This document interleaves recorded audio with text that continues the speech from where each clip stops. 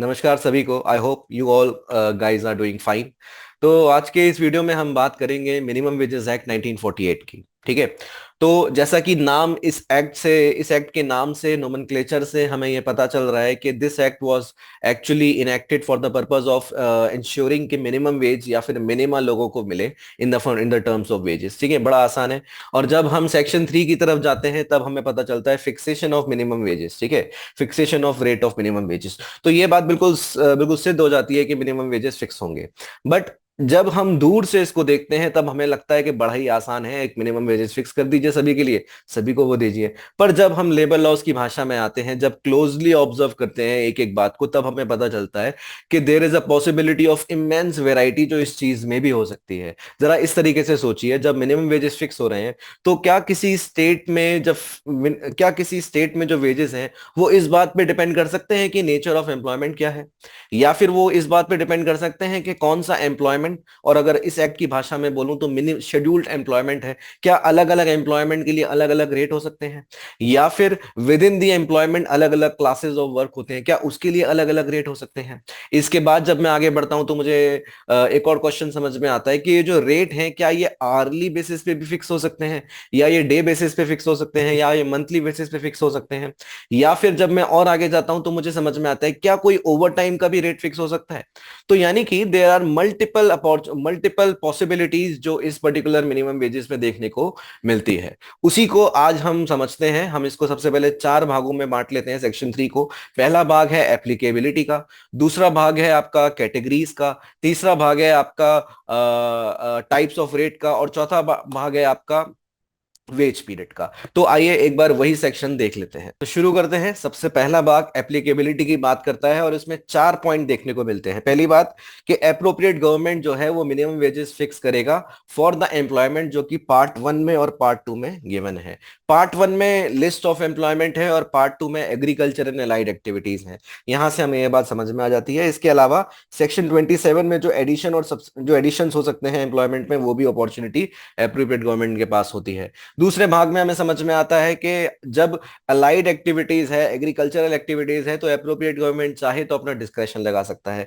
तीसरे भाग में हमें समझ में आता है कि एक बार आपने मिनिमम वेज फिक्स कर दिया तो वो जीवन पर्यंत नहीं रहेगा, वो हर 5 साल के विद इन 5 ईयर्स उसको आप रिव्यू करोगे और या फिर रिवाइज करोगे। इसके अलावा अगर किसी भी स्टेट में एक पर्टिकुलर शेड्यूल एम्प्लॉयमेंट में लेस देन 1000 एम्प्लॉयज हैं तो उस केस में एप्रोप्रिएट गवर्नमेंट अगर चाहे, ठीक है, तो फिर वो मिनिमम वेज उसमें अवॉइड कर सकती है फिक्सेशन। एप्लीकेबिलिटी समझ में आ गई। दूसरे भाग में हम कैटेगरीज की बात करते हैं। तो यानी कि डिफरेंशियल रेट्स भी फिक्स हो सकते हैं। सो डिफरेंशियल रेट्स किसके बीच में? डिफरेंट शेड्यूल एम्प्लॉयमेंट के बीच में, with in the schedule employment different classes of work के बीच में, या फिर डिफरेंट लोकेलिटीज के बीच में, या फिर एज के हिसाब से एडोलसेंट के लिए अलग रेट्स, अप्रेंटिसेस के लिए अलग रेट, चाइल्ड के लिए अलग रेट। जाहिर सी बात है चाइल्ड लेबर तो अब होता नहीं है 1986 या फिर मोर अप्रोप्रिएटली 2016 के बाद। ठीक है, तो इसीलिए ये वाला बात हम यहां से हटा देंगे।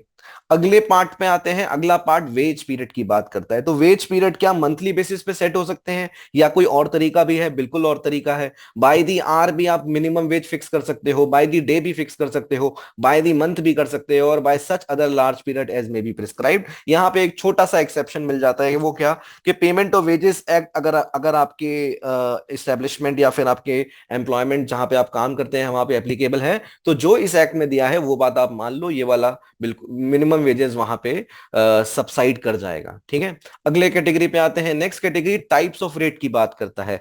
चार अलग अलग प्रकार के रेट्स होते हैं। पहला, टाइम बेसिस पे रेट फिक्स हो सकते हैं कि भाई टाइमली काम किया है तो इतना पैसा मिनिमम के हिसाब से मिलेगा, या फिर पीस रेट के हिसाब से हो सकते हैं कि टाइम रेट ना हो कि आप ऐसे एम्प्लॉयमेंट में काम करते हैं जहां पीस के बेसिस पे आपको पैसा मिलता है, तो मिनिमम पीस रेट भी फिक्स हो सकता है। गारंटेड टाइम रेट बड़ा ही इंटरेस्टिंग है। ये एक्चुअली सिक्योरिटी प्रोवाइड करता है पीस रेट वर्कर्स को। इसमें क्या कहते हैं कि जो पीस रेट वर्कर हैं उनको for the securing of minimum wages time rate इनके लिए फिक्स हो सकता है कि भाई इतना, इतने टाइम अगर काम कर लिया तो नो मैटर व्हाट आपने कितने पीसेस बनाए हैं आपको मिनिमम वेजेस मिलेगा। ठीक है। चौथा बात करता है ओवर टाइम रेट का, कि अगर आपने छुट्टी वाले दिन या हॉलीडे वाले दिन किसी से काम गया तो आपको ओवर टाइम देना पड़ेगा, उसका भी मिनिमा जो है वो मिनिमम रेट में आ सकता है, वो सेक्शन 3 उसकी भी फिक्सेशन की अपॉर्चुनिटी आपको देता है। सो दैट इज हाउ ये जो वेराइटी है, जो पॉसिबिलिटी थी, वो लेबर लॉज में एक तरीके से हमें देखने को मिली।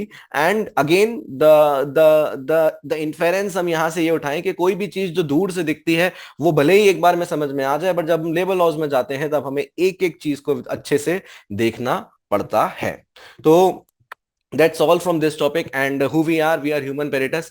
हम एचआर रिलेटेड सब्जेक्ट्स में तैयारी कराते हैं, चाहे फिर वो आपका यूजीसी नेट एचआरएम हो, या यूपीएससी असिस्टेंट लेबर कमिश्नर हो, या रेलवे रिक्रूटमेंट बोर्ड का स्टाफ एंड वेलफेयर इंस्पेक्टर हो, या फिर आपका आईबीपीएस एसओएचआर का एग्जाम हो। सो हम तैयारी कैसे कराते हैं, इसके लिए वेबसाइट पे जाइए, आप हमसे डायरेक्टली कॉल करिए, व्हाट्सएप करिए, एंड हम आपको एक दिन का फ्री ट्रायल देंगे, जिससे जिससे आप खुद ही देख सकते हो कि ये कोर्स किस तरीके से है। Thank you.